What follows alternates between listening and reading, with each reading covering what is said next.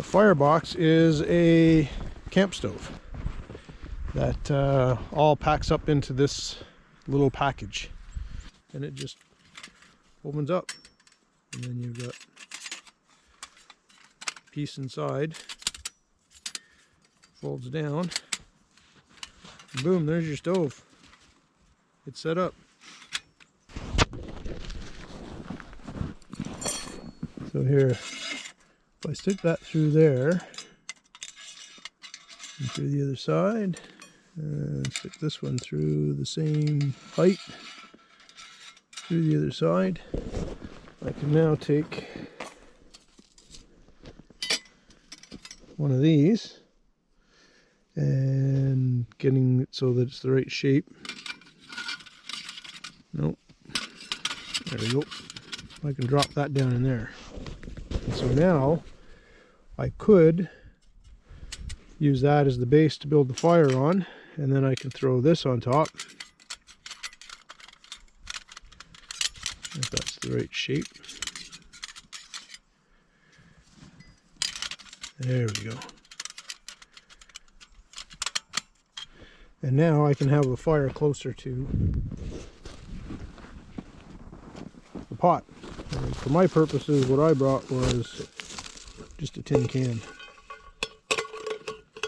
Sit that on top of there. So in my case, that's not necessarily the best top for it.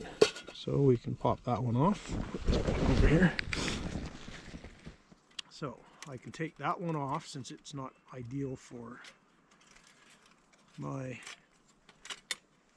purposes here. And I can throw this one on top instead. It fits in there, and then I can cook on top of that. So I'm going to try first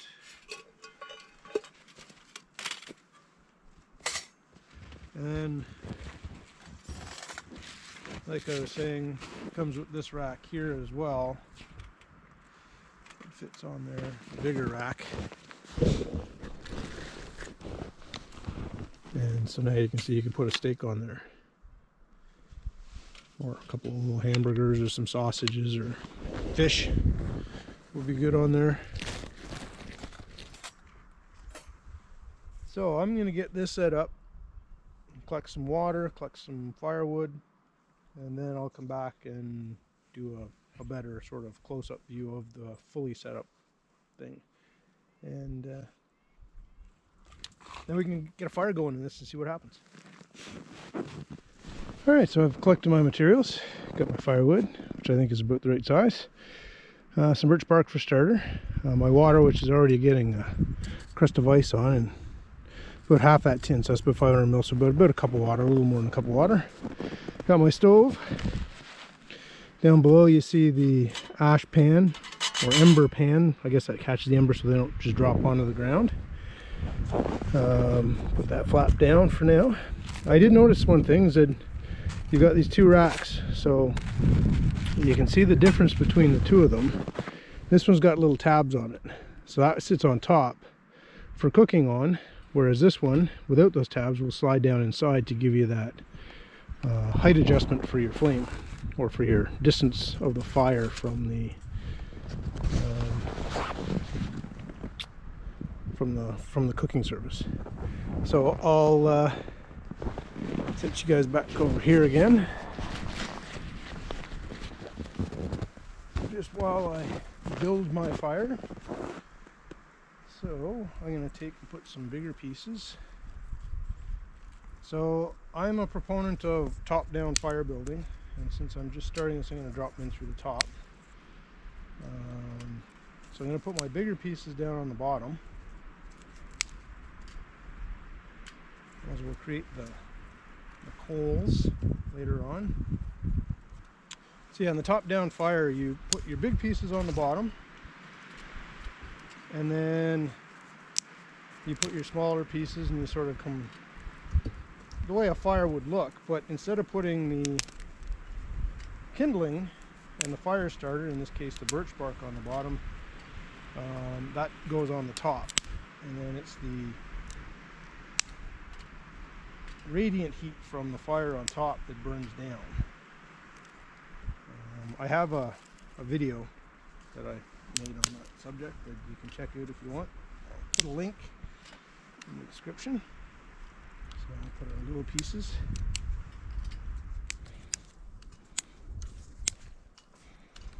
We'll throw our birch bark in there.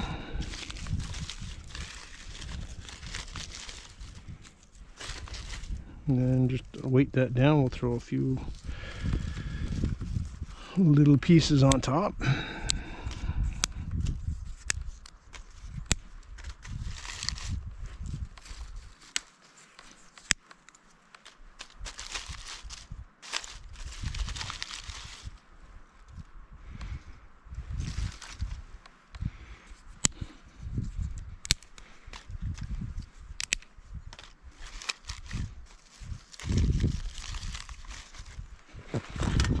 Put our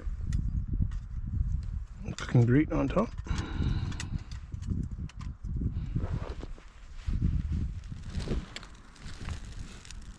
Okay, so we've got the fire lit. There's the birch bark going. And we'll throw the pot of water on top. It's a kind of a cool little stove, the design of it. It definitely has some weight to it. I'll get an actual weight measurement, but it packs down nicely, and I can see it being handy. So like for your backcountry, you're definitely adding some weight to your gear. Yeah, I think I like this. I like the idea that you can actually see the flames through the side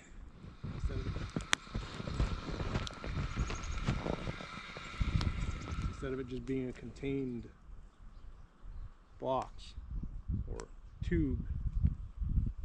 That's kind of nice. And this is definitely catching some of the embers and stuff that have fallen on the bottom.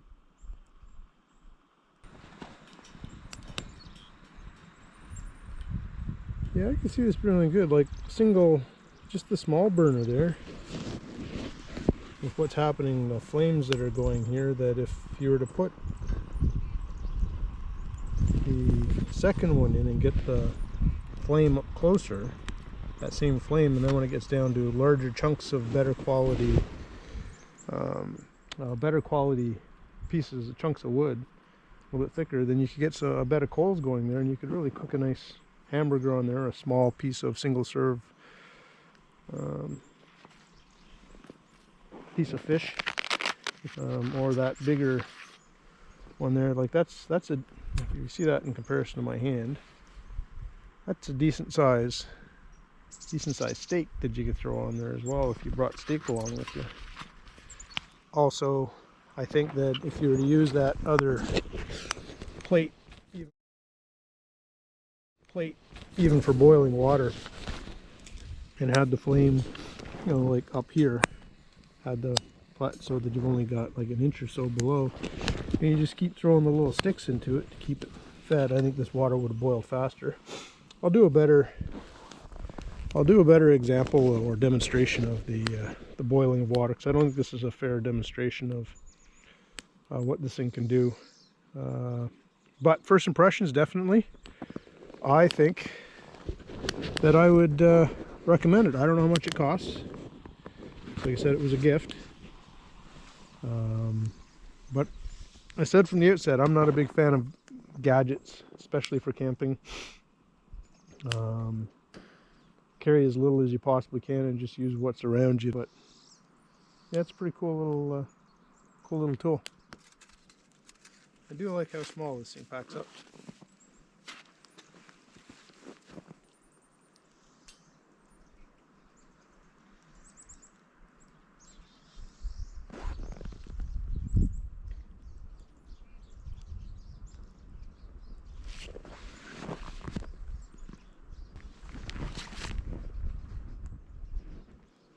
Looking for some pine needles.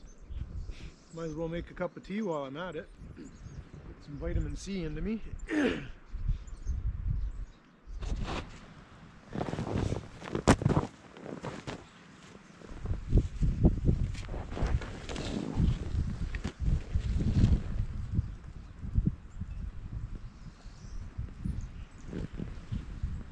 So with my mitts on, I was able to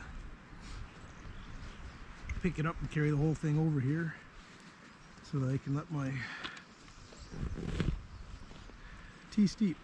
So final thoughts. Yeah, I like it. It's a very thoughtful gift. I never would have bought one for myself.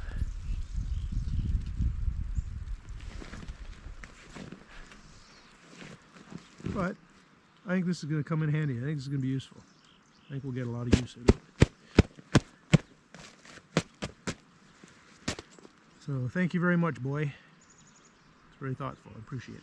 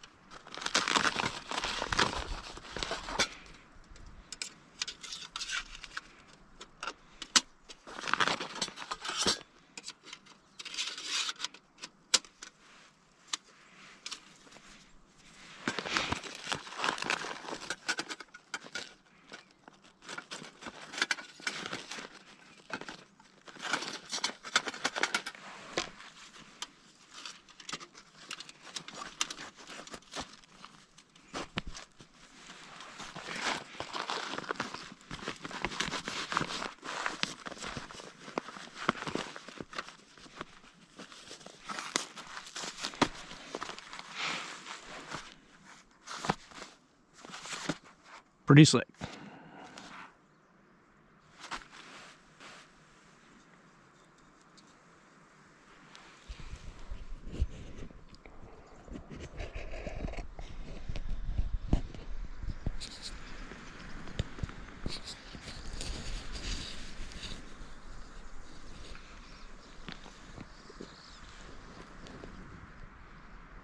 Thanks for watching. Hope this was useful and enjoyable. on some level. Take care.